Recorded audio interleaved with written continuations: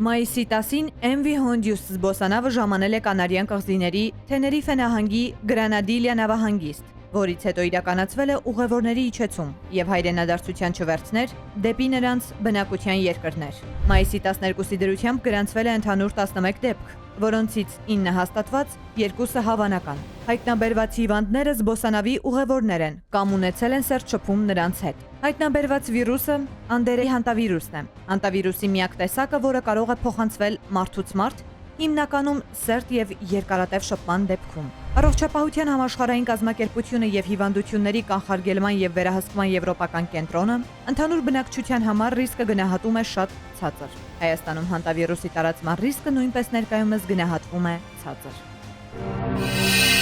Բաժանորդագրվեք Արմաթ մեդիայի ալիքներին սոցցանցերում։ Հետևեք մեզ նաև Արմաթ մեդիա AM կայքում։